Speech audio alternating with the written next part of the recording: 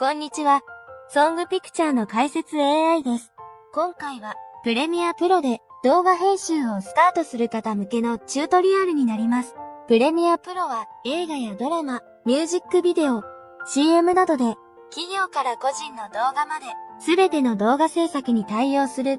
動画編集アプリです。高機能で使い勝手も良く、利用者が多いこともあって、情報収集もしやすいため、動画編集ソフトでは高い人気を持っています。今回の動画では、基本的な動画編集に使う操作を解説していきます。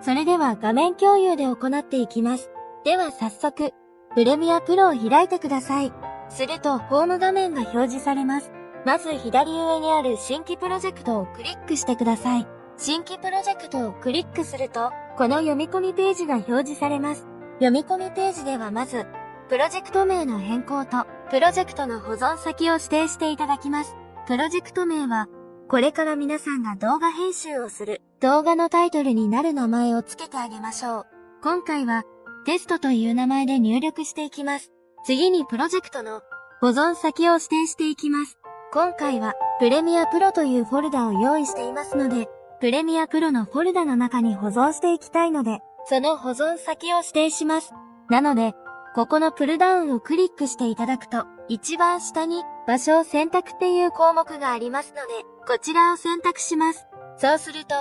ご自身のフォルダが開くので、プロジェクトファイルを保存したい。ここではプレミアプロフォルダを開いて、選択をクリックします。これでプロジェクトの保存先をプレミアプロフォルダに指定することができました。次は、読み込むメディアを選択していきたいと思います。左側にある一覧から、プレミアプロのフォルダを選びます。そうすると、フォルダの中の素材を確認することができます。今回はフォルダの中に読み込みたいメディアが入っておりますので、このクリップを選びます。もしフォルダの中に入っているすべての動画素材や写真素材を使用したいとなったときは、フォルダを選んでいただくだけで、フォルダの中にある素材すべてを選択することができます。また、この読み込みページではこのように、サムネイルのサイズを調整できたり、リスト表示、そしてグリッド表示という風に、メディア内の表示を切り替えることができますので、ぜひこちらも活用してください。それでは今回は、こちらのプレミアプロフォルダの中の一つの素材を読み込みしていきたいので、この素材を選択します。青い状態になっていることを確認していただいて、次に右側にある設定を読み込みのところを確認してください。こちらには、メディアをコピーやシーケンスなどがあります。今回まず、この新規便というところでクリックしてください。そうすると、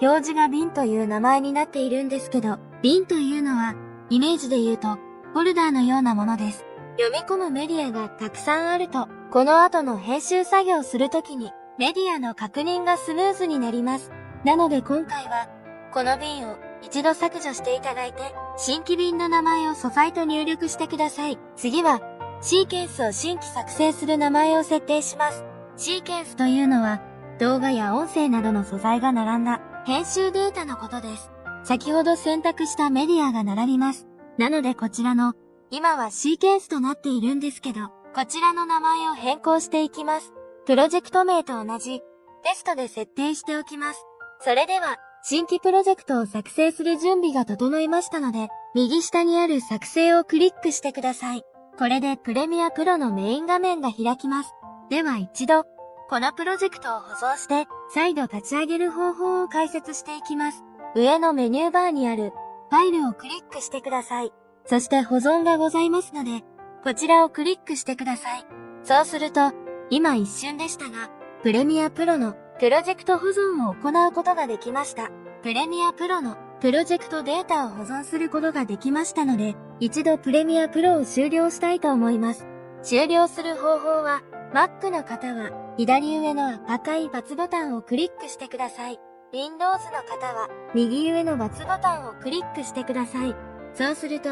プレミアプロを終了することができました。では保存したプレミアプロのプロジェクトファイルを確認し、立ち上げていきたいと思います。今回はプレミアプロのフォルダにプロジェクトファイルを保存したので、こちらのフォルダを確認してみます。そうすると、動画素材、プレミアプロのプロジェクトファイル、そしてプレミアプロのオートセーブのフォルダが作成されております。一度このオートセーブのフォルダを開いてみましょう。そうするとまた、プレミアプロのプロジェクトファイルを確認することができました。先ほどは手動でプロジェクトデータを保存して終了していただきましたが、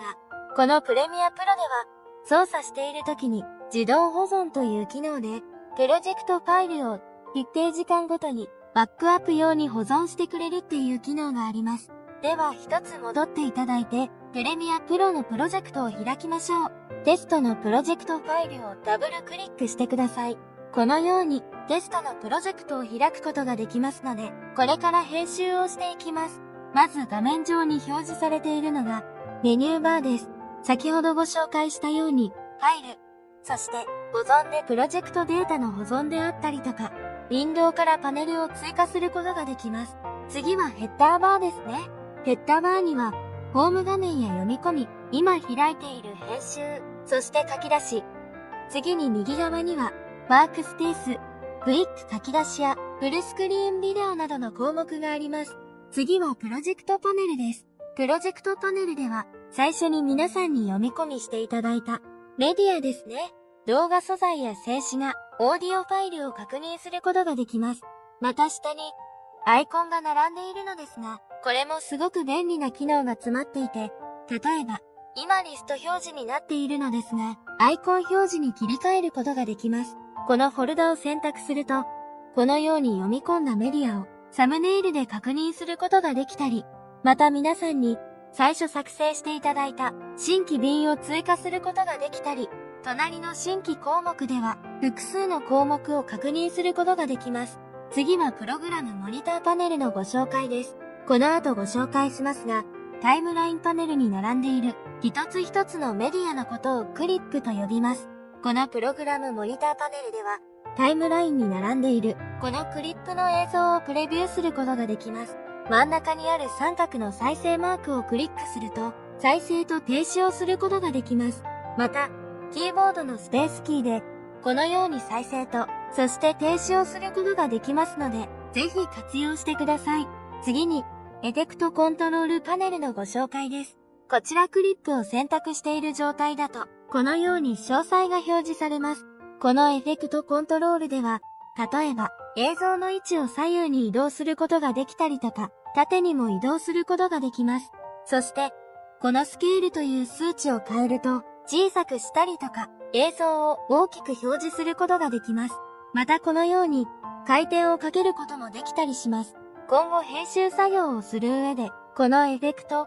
コントロールパネルはよく使用するものになっていきます。次に左下に表示されているのが、ツールパネルです。このツールパネルで、今は選択ツールが選択されている状態になってくるんですけど、その他にトラックの前方選択ツール、リップルツール、レーザーツールなど様々なツールがあります。例えばこちらのレーザーツールをクリックします。そしてこの状態でタイムラインパネルにクリップをクリックしてあげると、先ほどまで一つだったクリップが二つに分割することができました。その他にもよく使用する一番下の T のアイコンですね。横書き文字ツール T というのが表示されています。これを選択して、プログラムモニター上でクリックすると、文字が入力できるようになります。これをテキストと入力してみます。このように、横書き文字ツールでは、プログラムモニター上でテキストを入力することができるようになっています。また、これらのアイコンを長押ししてあげると、他のツールも確認することができます。次にタイムラインパネルでは、時間軸に沿って、動画やテロップ、BGM などを重ねて編集作業を行えるメインの場所となります。クリップを選択すると、V1、V2 という風にクリップを移動することができます。こちらですね。V1、V2、V3 というのがあるんですけど、この場所をビデオトラックと言います。そして下には A1、A2、A3 ですね。これはオーディオトラックと呼びます。では戻していきますね。削除します。また、タイムラインの下にあるバーをスクロールバーと言います。スクロールバーの丸い部分にマウスポインターを持っていくと手のアイコンに表示が切り替わり、そのまま左右に移動させることで、タイムラインを縮小そして拡大することができます。そして最後に、右側にあるパネルを、オーディオメーターパネルと呼びます。一度 BGM を追加してみますね。はい。このように、オーディオトラックにクリップが追加されました。再生すると、クリップのオーディオレベルを確認することができます。次に、ワークスペースの切り替えについてご紹介します。ワークスペースは、先ほどご紹介したように、一つ一つのパネルの組み合わせになっているので、例えば、このパネルを選択し、このように簡単に移動することができます。その他にも、プレミアプロでは、右上のワークスペースのアイコンをクリックしていただくと、今は初期設定のワークスペースを使っていましたから、この初期設定のワークスペースをベースに解説していきますので、ぜひ皆さんもこちらの初期設定のワークスペースを活用してください。それから、下を見ていただくと、学習、アセンブリ、編集、カラー、エフェクトなど、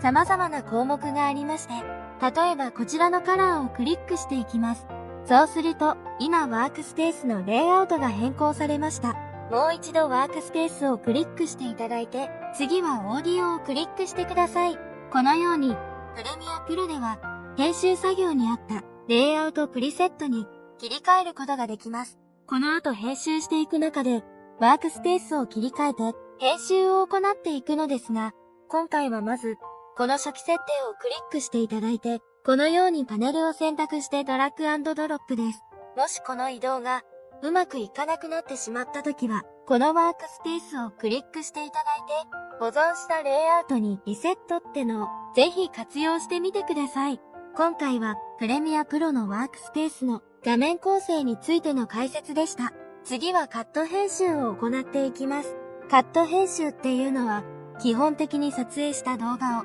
そのまま使うことはないので、必要なシーンだけを使うために不要部分をカットするっていうことなんです。まずは動画の最初の不要部分のクリップをトリミングする方法を解説していきます。動画の最初ですね。クリップを確認します。こういった映像を見ながら自分が使いたいシーンを確認していくんですけど、今回は動画の最初の部分をトリミングしてみます。これからカット編集をする上で皆さんに知ってほしいことがタイムコードの読み方です。タイムコードっていうのはこのタイムラインの左上に表示されている数字ですね。こちらの読み方は一番左から時間、分、秒数、フレーム数ということになります。再生ヘッドを移動するとこのようにタイムコードが変わるんですけど、フレーム数を細かく調整するときは一度止めて、そしてキーボードの左右の矢印を活用すると1フレームずつ移動することができます。このようにフレーム数まで細かく調整することができます。それではまずカットしたい位置まで再生ヘッドを動かしていきます。マウスポインターが選択ツールになっていることを確認していただいて、こちらにマウスポインターを合わせていただくと、このようにアイコンが切り替わるの、わかりますか？この赤いアイコンに切り替わった状態を確認していただいて、この再生ヘッドまでドラッグしていってください。そうすると、この再生ヘッドでカチッという風な感じになるので、こちらで離してあげると、このように最初から再生ヘッドまでの間をトリミングすることができました。あとですね、この再生ヘッドのところでカチッという風な感じになるって言ったんですけど、タイムラインをスナップインというのがあります。こちらがオンになっていることを確認してください。これがオフになっていると、再生ヘッドのところでカチッと合わせることが難しくて、微調整する必要があるんですよね。なんですけど、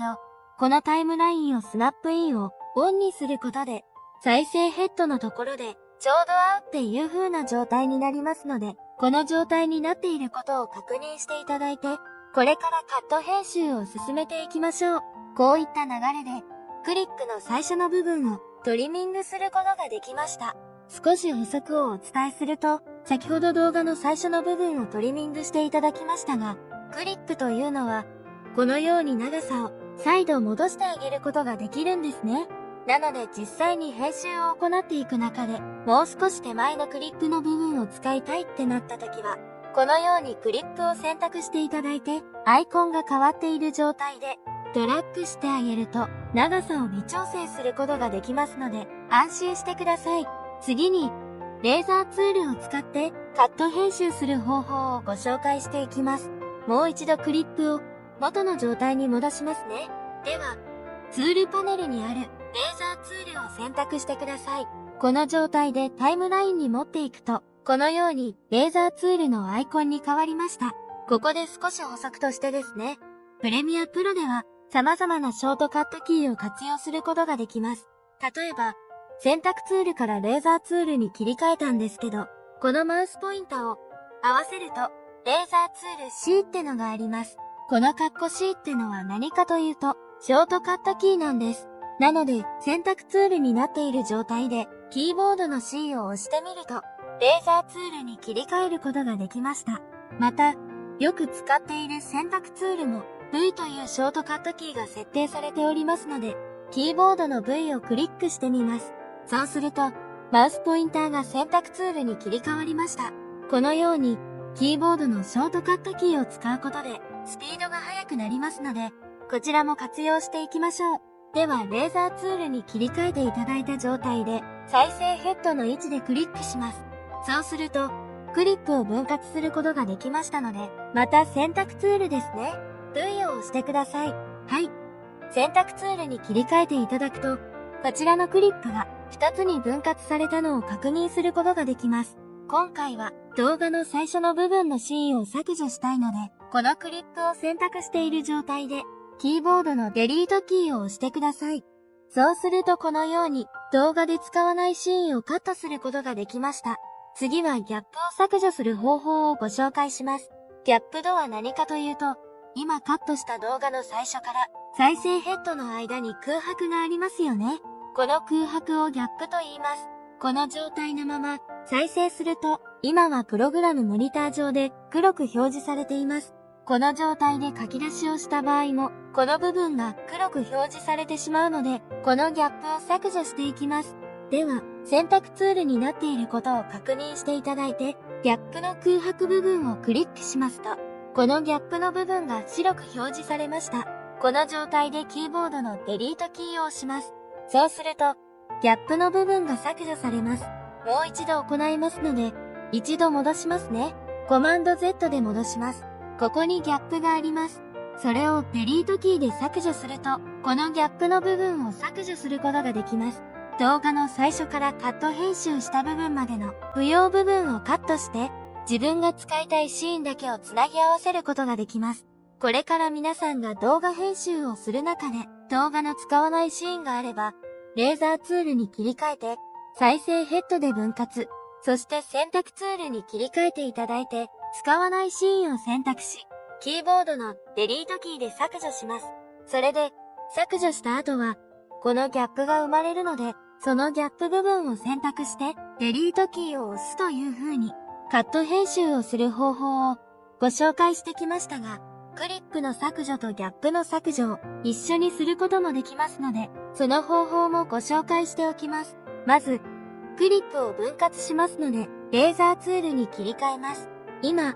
アイコン切り替わりましたね。この状態でカットします。ただですね、タイムラインがこういう風に縮小されている状態でクリップを分割すると、ちょっとフレーム数がずれてしまうこともあったりするんですね。なので、レーザーツールを使うときは、少しタイムラインを拡大した状態の方がやりやすいと思います。では今分割することができましたので、選択ツールに切り替えてください。V ですね。ではこちらのクリップを削除していきます。カットしたい部分のクリップを選択していただいた状態で、右クリックしてください。そうするとこのように詳細が表示されます。この部分の上の方に、リップル削除ってのがあります。これをクリックしてみると、クリップと一緒にギャップも削除することができました。先ほどプレミアプロには様々なショートカットキーがあるとお伝えしましたが、リップル削除もショートカットキーがあります。Mac の方はオプションキーを押しながらデリートキー、Windows の方は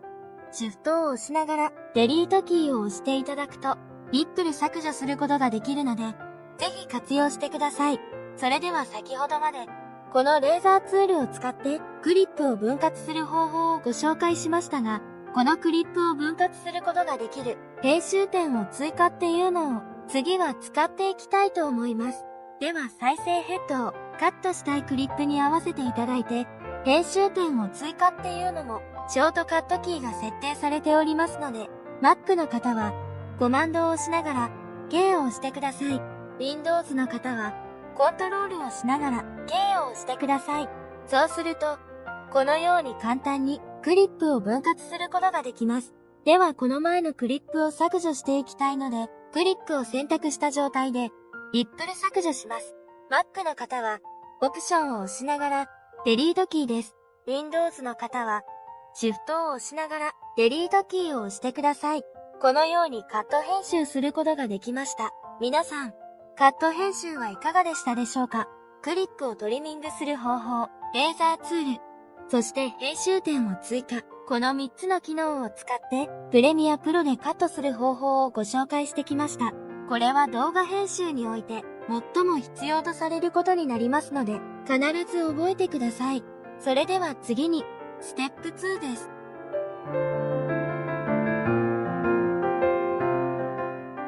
今度は動画の色味を変えるカラー調整とタイトルを追加する方法を学んでいきます。それでは画面共有で行いますので、プレミアプロを立ち上げます。まずはじめに、素材の露出、明るさや色温度、ホワイトバランスを調整する基本補正について解説します。動画素材はお部屋の画像で間接照明を活かした雰囲気となっているため、全体的に暖色の素材となっております。それではカラー調整する方法を解説します。まず、カラー調整に適したワークスペースで編集作業をしたいので、右上にあるワークスペースからカラーをクリックしてください。そうすると、カラー調整をしやすいワークスペースに切り替えることができました。カラー調整するにあたって、右側にある読み取りカラーを使ってカラー調整していきます。この読み取りカラーパネルでは、基本補正、クリエイティブ、カラーホイール、カラーマッチなど6つの項目に分かれています。今回は基本補正を編集していきますので、この基本補正が表示されている状態を確認してください。基本補正をクリックしていただくと、カラーとライトの項目があります。このカラー色温度のところを見ていくと、このように調整スライダーっていうものがあります。調整スライダーで左右に移動すると数値変更されて、今選択しているクリップのカラーを簡単に調整することができます。まずカラーでは、ホワイトバランスの調整ですね。ホワイトバランスというのは、撮影する時の色合いを補正して、白を白として記録するための機能です。例えば、今回であれば暖色、オレンジ色の色味が強いので、色温度で青に調整してあげると、より白色に調整することができます。ライトでは明るさやトーンの調整ですね。露光量の数値を上げると、明るくなり、そして数値を下げると、暗くすることができます。コントラストも下げてあげると、柔らかい雰囲気に仕上げることができます。このようにプレミアプロでは、撮影した動画素材をプレミアプロに入れて、後から自分好みにカラーを調整することができるんですけど、プレミアプロでは、自動でこの動画の色味に適した基本補正を行ってくれる機能があります。それは、基本補正にある自動をクリックするだけです。クリップが選択されているのを確認していただいた状態で、読み取りから基本補正の自動をクリックしてみてください。すると自動で基本補正が調整されます。カラー調整をする前と後を確認するには少し上にあるんですけど、FX のアイコンがあります。このバイパスのオンとオフの切り替えが行えるようになっています。一度こちらをクリックしてみますね。その時に、このプログラム、モニターを確認してください。こちらをクリックします。するとカラー調整前の色味を確認することができます。もう一度オンにしますね。このように、読み取りカラーを使うことで、動画のカラー調整も行うことができますので、カラー調整にも、ぜひチャレンジしてみてください。次にタイトルの作り方を解説していきます。今回は映像の中心に、ルームと表示させて、その下には、インテリアというタイトルを入れていきます。ではワークスペースを変更していきます。右上にあるワークスペースをクリックして、今はカラーになっておりますが、その下にあるキャプションとグラフィックを選びます。このワークスペースでタイトルの付け方を解説していきます。まず、ツールパネルにある T のアイコン、横書き文字ツールをクリックします。そしてプログラムモニター上で、この画面上でクリックしてください。そうすると画面上にテキストを入力することができる赤色のツールが表示されています。こちらを見ていただいて、タイムラインにはグラフィックのクリップが生成されています。その状態で、ルームと入力していきます。はい。このようにテキストを追加することができました。このフォントや大きさは、後で調整することができます。こちらのルームのテキストを入力が終わりましたら、一度選択ツールに切り替えてください。ツールパネルにある選択ツールをクリックします。そうすると、このように追加したテキストをクリックしていただいて、このプログラムモニター上で自由に移動することができます。また入力されたテキストを囲む、このマウンティングボックスというものがあるんですけど、この角にカーソルを合わせていただくと、このように拡大、そして縮小することができたり、あとはこの端に合わせていただくと、この回転マークが表示されて、このようにテキストの角度を調整することもできます。戻したいときはコマンド Z、Windows の方はコントロール Z で戻すことができます。次はエッセンシャルグラフィックスを使ってタイトルを調整する方法をご紹介していきます。今 V2 に追加されているこのルームのクリップを選択して上を見ていただくとエッセンシャルグラフィックスってのを確認することができます。このエッセンシャルグラフィックスの編集を見ていただくとルームのテキストが選択されている状態になります。このエッセンシャルグラフィックスの編集の中には整列と変形、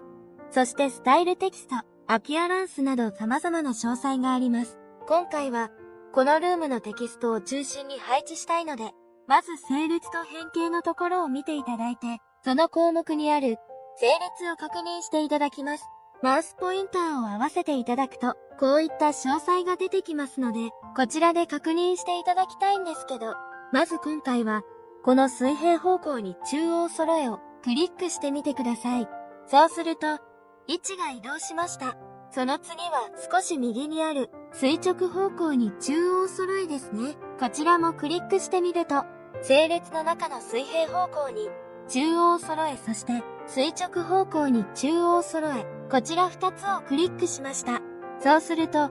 このルームのテキストを映像の中心に合わせることができました。このように、ご自身で調整することも、自由に移動することもできるんですけど、どうしてもずれてしまったりするので、この整列をうまく活用してください。それではフォントの変更方法をご紹介します。このエッセンシャルグラフィックスの編集の下にあります。そうすると、使用されているフォントですね。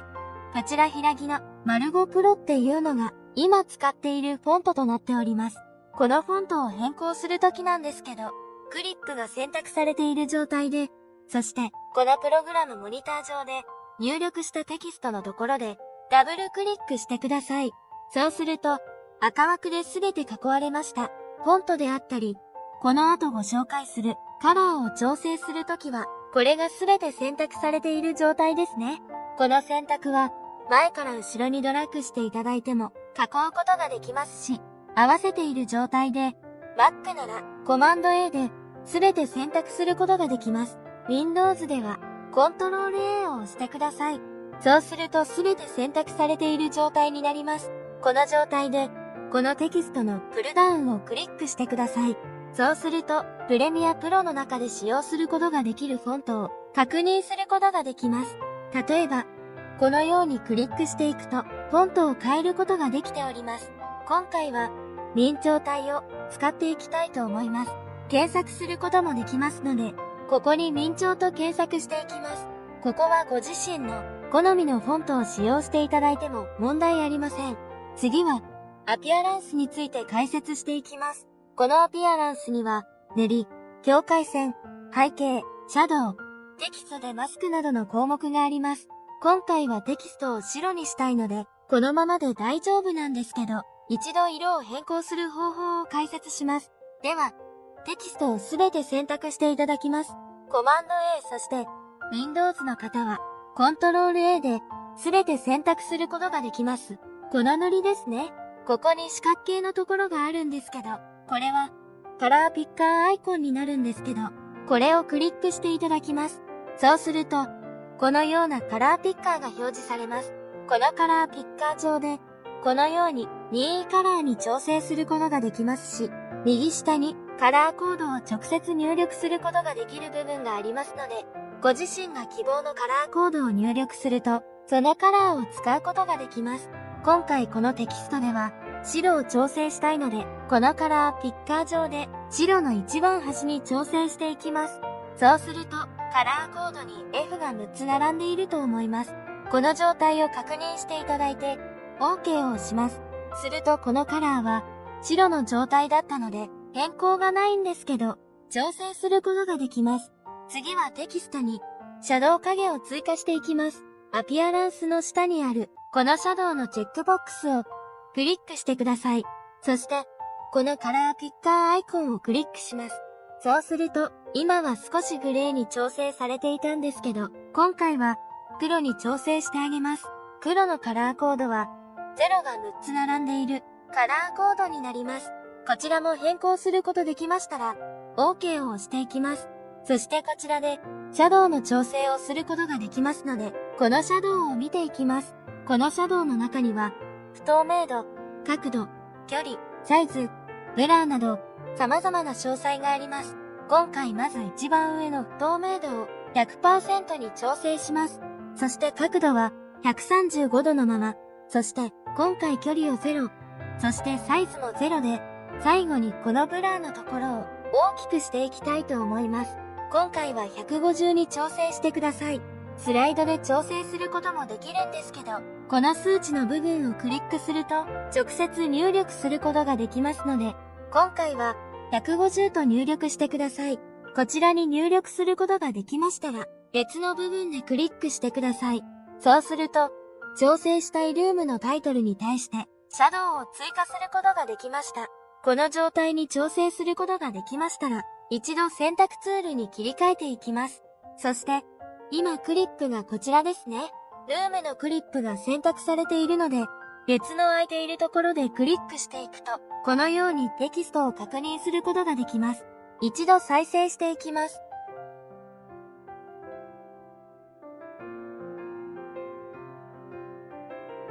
このように映像の中にタイトルがあるだけでも雰囲気が大きく変わりますよね。で、今回はすべてのクリップにこのタイトルを調整していきたいと思うので、クリップを選択した状態で右端に合わせてあげると、この赤いアイコンに変えることができましたので、このクリップを最後まで同じ長さに調整してあげましょう。そうすると、長さを調整することができました。ここから少し補足でご紹介すると、映像の雰囲気に合わせるために、シンプルなタイトルのデザインを作りました。もう一度ルームのクリップをクリックします。そしてエッセンシャルグラフィックスのこの編集のルームをクリックします。このアピアランスでは様々なテロップデザインを作ることが可能になってきます。少し一例をお見せします。例えば、今回使わなかった境界線のチェックボックスにチェックを入れます。そうすると、今は白で重なっているので分かりづらいかもしれないんですけど、もう一度こちら、カラーを調整していきます。このカラーピッカー上で、このように黄色のカラーですね。調整して、OK を押していきます。そうすると、この白の縁に、この黄色の境界線を作ることができました。またこの部分で、数値が表示されているんですけど、境界線の幅を、このように調整することもできます。また、これだけではなくて、このプラスマークを押してあげると、どんどんこの縁に追加することもできたりします。そして次に、背景をクリックしてみます。そうするとこのように、タイトルの後ろに背景を追加することができます。例えば、黒に調整してあげます。そして、OK ですね。この背景の詳細にも、不透明度、こんな感じで不透明度を調整したりとか、あとはサイズですね。このサイズを大きくすることができます。また一番最後の角丸の半径っていうところがありまして、こちらですね。今は四角形になっているんですけど、この角をこのように丸くしてあげることもできます。このようにエッセンシャルグラフィックスでいろんなテロップデザインを作ることができますので、ぜひこちらも活用してみてください。次はサブタイトル、イン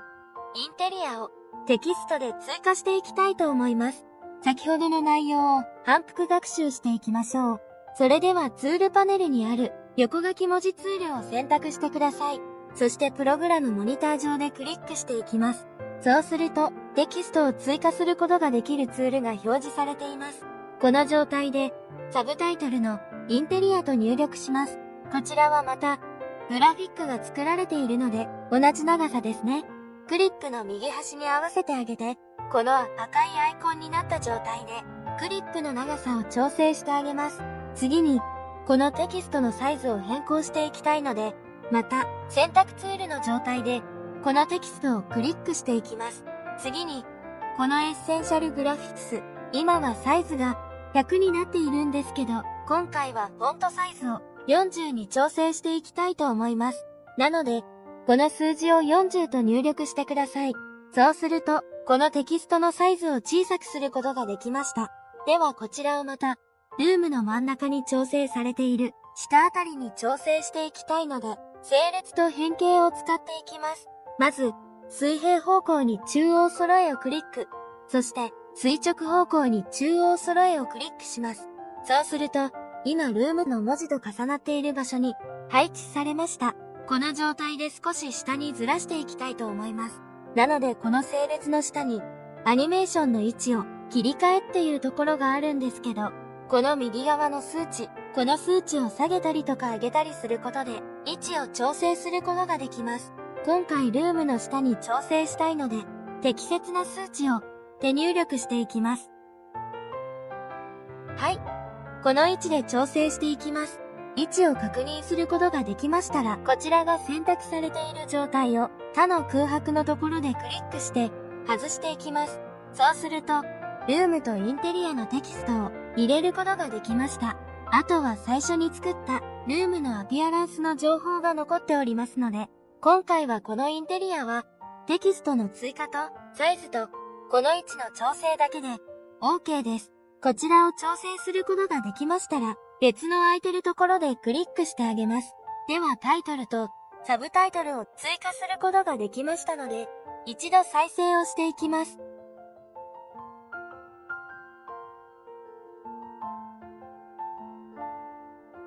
こういったこだわったタイトルをつけることで動画の印象を変えることができますので、ぜひチャレンジしてみてください。それからテロップを追加するときのおすすめ機能をご紹介していきます。少しサンプルを見ていただきますね。こちらの映像です。このように音声がある動画にテロップをつけたいときにおすすめの機能として音声から自動で文字起こししてくれる音声テキスト化機能があります。その方法は追加したいテロップのクリップを選択した状態でテキストパネルの自動文字起こしを開始をクリックします。そして言語を日本語に変更して、この状態で文字起こし開始をクリックします。そうすると自動で文字起こししてくれています。はい。自動でこのように自動文字起こしがされました。一度再生していきます。はい。このようにですね、話している言葉を自動で文字起こししてくれました。あとは気になる部分ですね。例えば名前の部分とか、このように気になる文章を修正して、キャプションの作成をクリックすると、キャプションが追加できます。このように、話している言葉を自動で入力してくれてますので、すごく便利な機能になってきます。この、音声テキスト化機能も、ぜひ活用してみてください。いかがでしたでしょうか？映像のカラー調整、テキスト表示、自動文字起こしと、便利な機能がたくさんあります。これも、動画編集を行う上で必要なスキルとなりますので、覚えておきましょう。ということで次ですね。ステップ3ですね。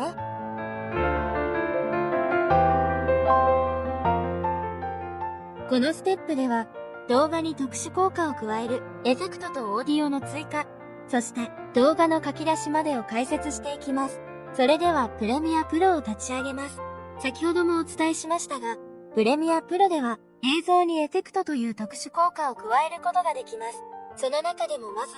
今回はビデオトランジション映像の切り替わりのタイミングで印象を変える方法についてご紹介します。今回も編集に合ったワークスペースに切り替えますね。ワークスペースをクリックしてエフェクトに切り替えます。では、エフェクトパネルを確認していただいて様々な詳細があるんですけど、今回はこの一番下のビデオトランジションをクリックしてください。そうすると、このように詳細が表示されます。次に見ていただきたいのが、このリゾルブというところです。こちらもクリックしてください。はい。そうすると、こういった詳細が出てきます。今回は、この一番上にあるクロスディゾルブを使っていきます。このクロスディゾルブを1番目のクリップから2番目のクリップの間ですね。この切り替わりのタイミングでクロスディゾルブを適用していきたいと思います。まず、クロスディゾルブをクリックしていただいた状態で、このクリップの間ですね。この部分を意識してドラッグ&ドロップしてみてください。このようにですね。はい。そして、この状態で離してあげます。そうすると、この映像が今変わったの、わかりますか？このように、ビデオトランジションのクロスディゾルブを適用することができました。一度再生していきます。このような感じですね。クロスディゾルブは、徐々に次の映像が下から見えてきて、ゆっくり次のシーンに切り替わるという風な流れになっております。注目していただきたいのがここですね。エフェクト名のクリップハンドルを確認することができます。で、こちらなんですけど、このクリップハンドルの左端にカーソルを持っていくと、このようにアイコンが変わりました。この選択した状態で長くしてあげると、このクロスディゾルブの適用の時間を長くすることができます。また、短くしたい時も同じようにクリップハンドルの端に合わせてあげて、そして長さを調整してあげます。はい。このようにですね、印象を変えることができますので、この部分で調整してみてください。今は、クロスディゾルブを適用しているんですけど、プレミアプロには他にも様々なエフェクトがあります。今回は3つのトランジションをご紹介していきます。適用したエフェクトを削除したいときは、このクリップハンドルを選択していただいて、デリートキーを押していただくと、削除することができます。はい。このように、適用する前に戻すことができます。ではこれから、ご紹介するトランジションを適用していきたいと思います。まず一つ目が、スプリットで、これを適用していきます。はい。では一度、再生してみますね。はい。このような感じですね。中央から左右に扉が開くように、映像が切り替わるのが、このスプリットの特徴となっております。では二つ目が、ホワイトアウトです。こちらも適用していきます。はい。では再生していきます。わかりましたでしょうか？このように、前の映像が徐々に白くなり、次の映像に切り替わるのが、ホワイトアウトの特徴です。そして3つ目のエフェクトがこちらのホイップですね。こちらも選択してドラッグ&ドロップで適用していきます。では一度再生していきます。このような表現ですね。少しこのクリップを短くしていきますね。もう一度再生していきます。少しかっこいい表現になったと思いますが、横にスライドをしながらブラーがかかり、映像が切り替わるという風な表現になってきます。今回ご紹介したエフェクト以外にも様々なエフェクトがありますので、ぜひ、いろいろ試してみてください。次はクロップという上下左右をトリミングするエフェクトを適用し、映画風の表現を追加していきたいと思います。まずプロジェクトパネルにある、こちらですね。下の方にある新規項目をクリックしてください。そしてこの真ん中あたりにある調整レイヤーを追加してください。こちらクリックしていきます。そうすると、こんな感じに詳細が出てくるんですけど、この詳細のまま OK なので、OK をクリックしてください。そうすると、調整レイヤーを追加することができました。先ほどは、このエフェクトを直接クリップに適用していったんですけど、今回は、この調整レイヤーを活用していきます。まず、プロジェクトパネルにある調整レイヤーを選択します。そして今、V3 の上にこのトラックがない状態になってくるんですけど、調整レイヤーを選択していただいた状態で、この V3 の上ですね。はい。こちら今、V3 の上が表示されていないんですけど、調整レイヤーをドラッグ&ドロップしてみてください。はい。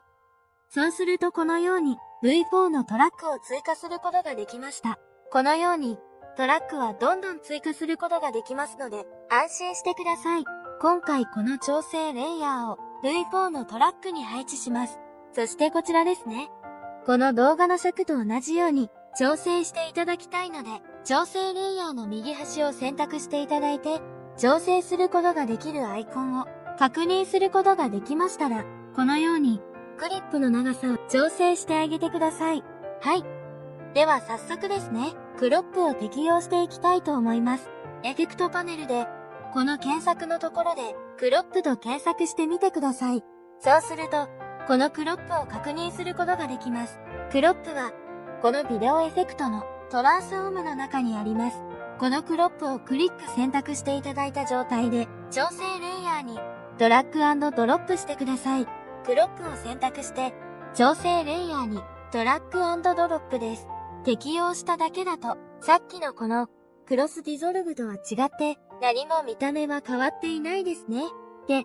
このクロップを調整するときは、エフェクトコントロールを確認していただきます。こちらのエフェクトコントロールパネルで、下の方を見ると、こちらにクロップっていうのがあるのを確認することができます。適用する前に、一度取り消しますね。右クリックをして取り消し、調整レイヤーのみの状態になっているんですけど、先ほどと同じように、クロップを選択してドラッグ&ドロップしていきます。そうすると、エフェクトコントロールのところで追加されるのを確認することができますので、こちらも注目してみてください。クロップを選択して、ドラッグ&ドロップです。そうするとこのように、クロップを追加することができました。このクロップには、左、上、右、下という風な詳細があります。このパーセントの数字を上げてあげると、このプログラムモニターを見ていただきたいんですけど、こちらで、クロップの数値を変えることができます。はい。今回は、この上を12と入力してください。数字のところでクリックすると、数字を入力することができ、これを 12% にします。それから、この下の部分も同じように12と入力してください。そしてエンターキーを押していきます。そうすると、先ほどまでクロップがないこのような状態だったんですけど、クロップを適用して上記に 12% 追加することで映画風の表現を追加することができました。このように、クロップを追加するだけで映像の表現を変えることができますので、ぜひ、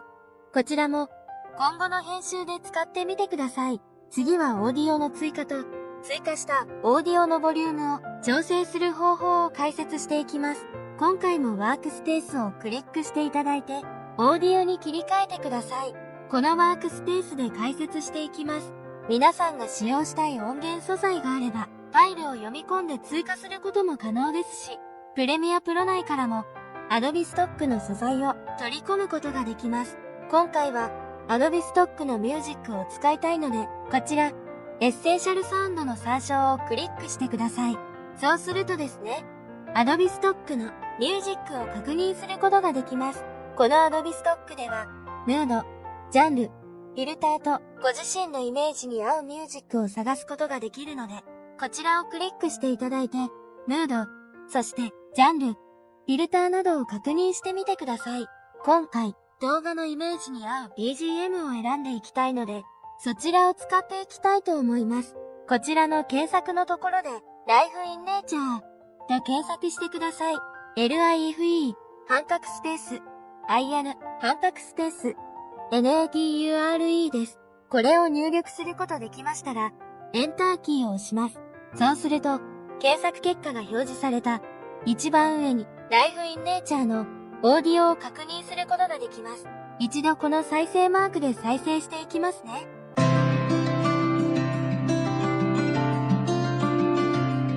はい。こちらを利用していきたいと思います。もしこの Life in Nature の BGM が見つからない場合は、他の BGM を選んでいただいても大丈夫です。ではこちらの Life in Nature を選んでいただいて、これを A2 トラックに追加していきたいと思います。オーディオトラックですね。そして、このライフインネイチャーを選択した状態でドラッグ&ドロップです。A2 トラックにドラッグ&ドロップして追加していきましょう。そうするとこのように BGM を追加することができました。今回、オーディオクリップが長いので長さを調整していきます。動画と同じ長さに調整していきましょう。こちらカットしていきますね。なので、レーザーツールに持ち替えていただいて、この再生ヘッドのところでクリックし、そうするとクリップを分割することができたので、選択ツールに持ち替えていただいて、後ろの部分のクリップを選択して、デリートキーを押していきます。はい。これでカットすることができました。ここで一つ注意点として、今このように Adobe Stock の中から BGM を選んでドラッグ&ドロップして BGM をタイムラインに入れることはできるんですけど、Adobe Stock の有料版の素材を使用して、実際にこのオーディオ書き出して使用したいということになった場合は、追加したこの BGM の右側を見ていただくと、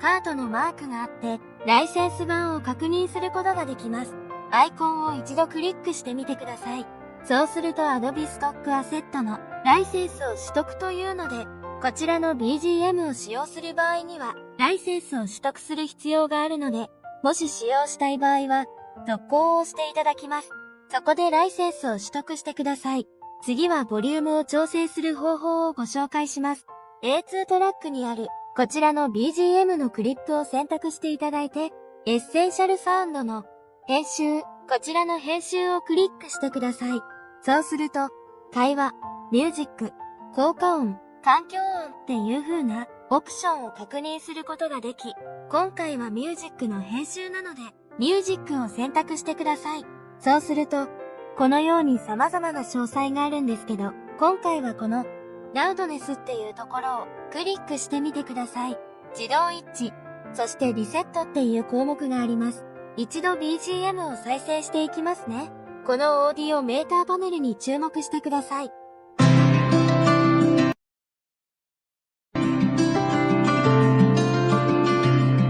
この-6よりも少し上へ赤く表示されているのを確認することができると思います。このボリュームは各自の自由ではあるんですけど、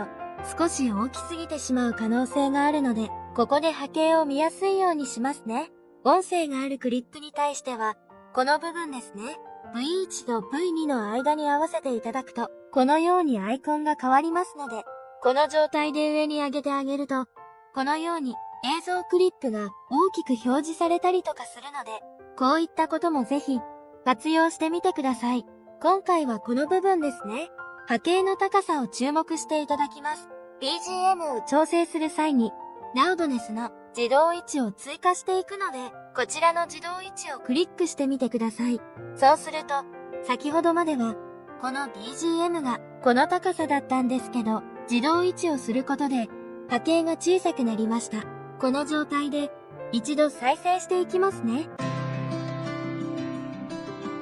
はい。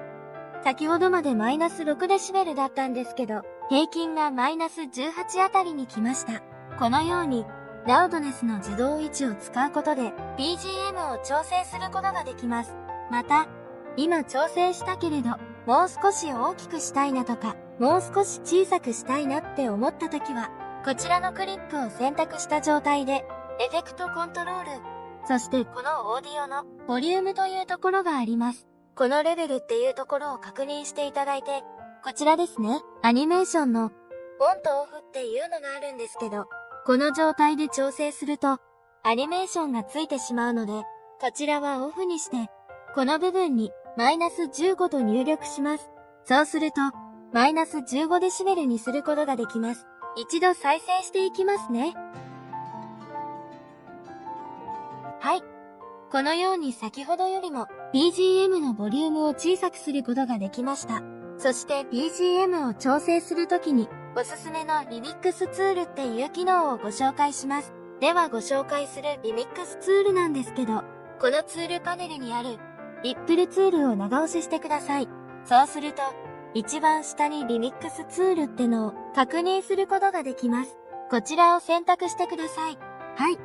そしてタイムラインパネルに持っていくと、このようにリミックスツールにアイコンが切り替わっております。今回のケースだと、映像の尺が短くて BGM の尺が長いっていう風な状態でした。今回はリミックスツールは使わなかったんですけど、例えば、このリミックスツールですね。BGM、A2 トラックにある BGM を選択していただいた状態で、もう少しこの BGM が長かったらいいのになって思った時に、こちらのクリップの端を選択していただいて、自分が欲しい BGM の尺に調整することができます。この状態で一度離します。そうすると、クリップの分析が始まります。処理が終わると、リミックス編集された部分に波線が表示されました。少しこのつなぎ目の部分を再生していきます。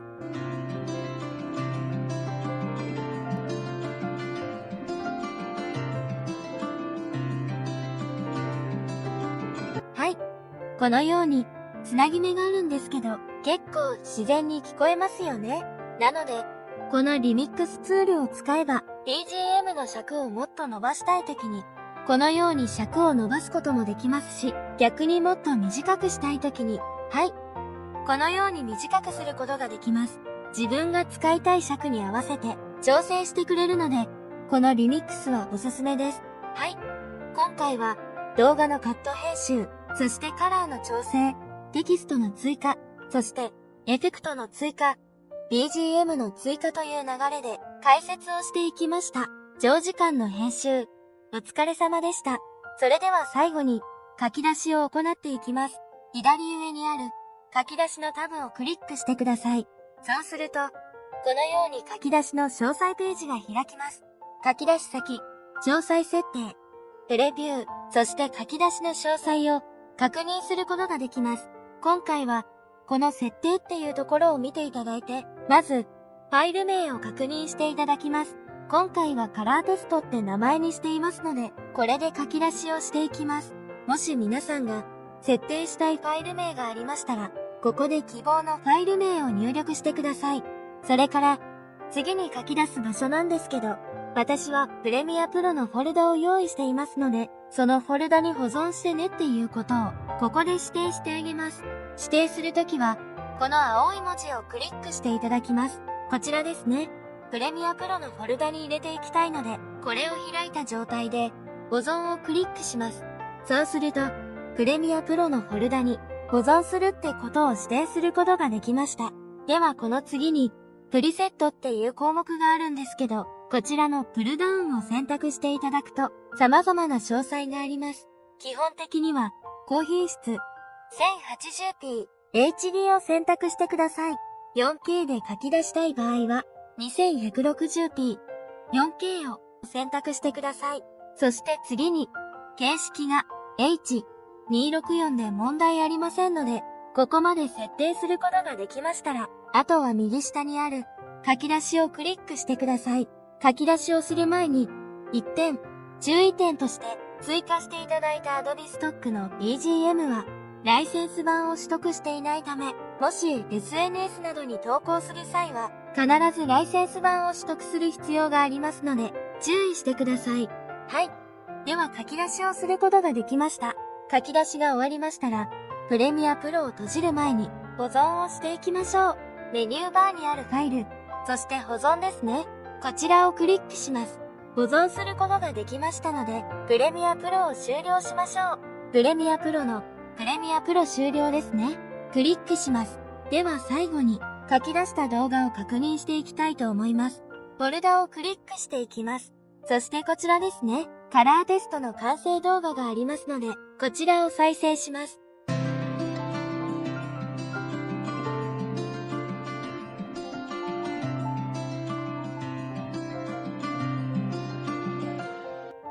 はい。